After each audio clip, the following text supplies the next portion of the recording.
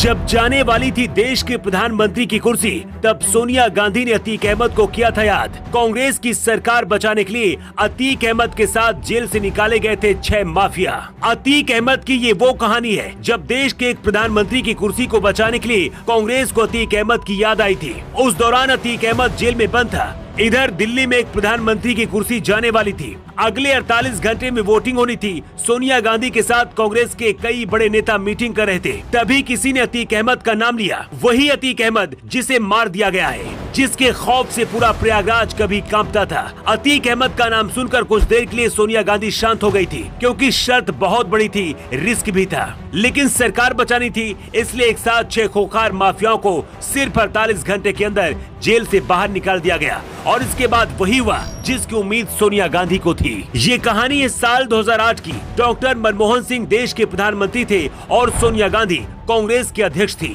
ऐसे आरोप लगते हैं कि प्रधानमंत्री मनमोहन सिंह के सारे फैसले उस दौरान राहुल गांधी और सोनिया गांधी लिया करते थे। साल 2008 में जब डॉक्टर मनमोहन सिंह की सरकार थी, भारत अमेरिका सैन्य परमाणु समझौते को लेकर कांग्रेस की कई सहयोगी पार्टियों ने इसका विरोध किया। ये विरोध इतना ज्यादा हो गया था कि विपक्षी पार्टियां विश्वास प्रस्ताव लेकर आ गई थी। बीजेपी को लग रहा था कि कांग्रेस की सरकार अब गिर जाएगी। उस दौरान अतीक अहमद सपा का सांसद था और जेल में बंद था। मुलायम सिंह यादव से सोनिया गांधी की बात हो गई थी और सपा कांग्रेस को समर्थन कर रही थी। Baahubalis of Indian politics from bullet to battle किताब में बताया गया है कि कैसे गैंगस्टर नेता को उन बाहुबलियों में से एक होने का गौरव प्राप्त था, जिसने यूपीए सरकार को गिराने से बचाया। राजेंद्र सिंह ने अपनी किताब में आगे लिखा है, लोकसभा में यूपीए के 228 सदस्य थे और अविश्वास प्रस्ताव से बचने के लिए सरकार को 44 वोट कम पड़ रहे थे। प्रधानमंत्री मनमोहन सिंह ने वोटिंग से पहले ही कह दिया था कि वो प्रधानमंत्री की कुर्सी पर बने रहेंगे। लेकिन इसकी सच्चाई कुछ घंटे बाद पता चल गई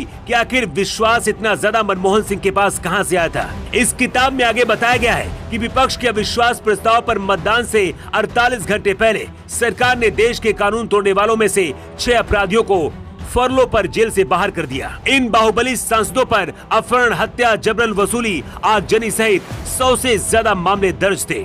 अतीक अहमद और समाजवादी पार्टी के बीच सबसे करीब का रिश्ता रहा है। सपा का सांसद रहते हुए ही अतीक अहमद को कांग्रेस की सरकार बचाने के लिए 2008 में जेल से रिहा किया गया था। बीजेपी विरोधी सभी राजनीतिक पार्टियां योगी आदित्यनाथ सरकार पर हमला बोल रही हैं, लेकिन मायावती हो या फिर मुलायम सिंह यादव, यहाँ तक कि कांग्रेस ने भी अतीक अहमद की राजनीतिक मदद ली। कुछ राजनीतिक जानकार तो ये भी कहते हैं कि 2008 में अतीक अहमद कांग्रेस को वोट करने के लिए तैयार नहीं था। इसके बाद मुलायम सिंह यादव ने सोनिया गांधी से फोन पर अतीक अहमद की बात कराई थी। इसके बाद ही अतीक अहमद ने कांग्रेस के पक्ष में वोट किया था और इस तरह से मनमोहन सिंह की सरकार बच गई थी।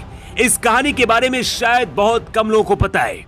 इसे लेकर लोगों की अलग अलग अपनी राय है, लेकिन इसे लेकर आपका क्या कहना है? अपनी राय कमेंट बॉक्स पर लिखकर जरूर बताएं। न्यू टाइम्स के लिए ब्यूरो रिपोर्ट।